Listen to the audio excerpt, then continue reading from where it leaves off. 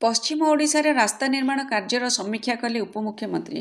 ଭୁବନେଶ୍ୱର ସମ୍ପ୍ରତି ପଶ୍ଚିମ ଓଡ଼ିଶାରେ ଚାଲୁଥିବା ପୂର୍ତ୍ତ ବିଭାଗ ଅଧୀନରେ ଚାଲୁଥିବା ରାସ୍ତା ନିର୍ମାଣ କାର୍ଯ୍ୟର ସମୀକ୍ଷା କରିଛନ୍ତି ଉପମୁଖ୍ୟମନ୍ତ୍ରୀ ତଥା କୃଷି ଓ କୃଷକ ସଶସ୍ତ୍ରୀକରଣ ଶକ୍ତି ମନ୍ତ୍ରୀ ଶ୍ରୀ କନକବର୍ଦ୍ଧନ ସିଂହଦେଓ। ଏହି ସମୀକ୍ଷା ବେଳେ ପୂର୍ତ୍ତ ଆଇନ ତଥା ଅବକାରୀ ମନ୍ତ୍ରୀ ଶ୍ରୀ ପୃଥ୍ୱୀରାଜ ହରିଚନ୍ଦନ, ପୂର୍ତ୍ତ ବିଭାଗ ପ୍ରମୁଖ ଶାସନ ସଚିବ ଶ୍ରୀ ସଞ୍ଜୟ କୁମାର ସିଂ ଉପସ୍ଥିତ ଥିଲେ। ପଶ୍ଚିମ ଓଡ଼ିଶାର ବିଶେଷ କରି ବଲାଙ୍ଗୀର ଓ ସୋନପୁରଠାରେ ଚାଲିଥିବା ରାସ୍ତା ବ୍ରିଜ୍ ନିର୍ମାଣ କାର୍ଯ୍ୟରେ ଅଗ୍ରଗତି ବିଷୟରେ ସମୀକ୍ଷା କରିଛନ୍ତି ଉପମୁଖ୍ୟମନ୍ତ୍ରୀ ଶ୍ରୀ ସିଂହଦେଓ। ଏଥିରେ ବଲାଙ୍ଗୀର, ସୋନପୁର, ପାଟଣାଗଡ଼ ବାଇପାସ୍ ଇତ୍ୟାଦି ରହିଛି। କାର୍ଯ୍ୟଗୁଡ଼ିକୁ ତ୍ୱରାନ୍ୱିତ କରି ଧାର୍ଯ୍ୟ ସମୟ ମଧ୍ୟରେ ସାରିବା ପାଇଁ ବିଭାଗୀୟ ଅଧିକାରୀଙ୍କୁ ନିର୍ଦ୍ଦେଶ ଦେଇଛନ୍ତି।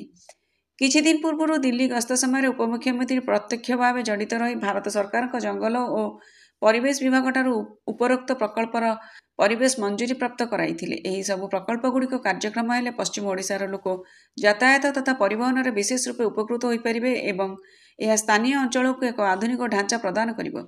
ରାସ୍ତା ସମ୍ପ୍ରସାରଣ କରି ଚାରି ଥାକିଆ କରିବା ବା ନୂତନ ଭାବେ ରାସ୍ତା ନିର୍ମାଣ ସମୟରେ ସେହି ସ୍ଥାନରେ ଥିବା ବୃକ୍ଷଗୁଡ଼ିକୁ ନ କାଟି ଏହାର ପ୍ରତିରୋପଣ କରିବା ପାଇଁ ପରାମର୍ଶ ଦେଇଛନ୍ତି ଉପମୁଖ୍ୟମନ୍ତ୍ରୀ ଶ୍ରୀ ସିଂହଦେଓ।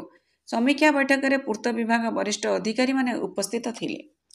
ସମୃଦ୍ଧ ଓଡ଼ିଶାରୁ ରଜତ ମହାପାତ୍ର।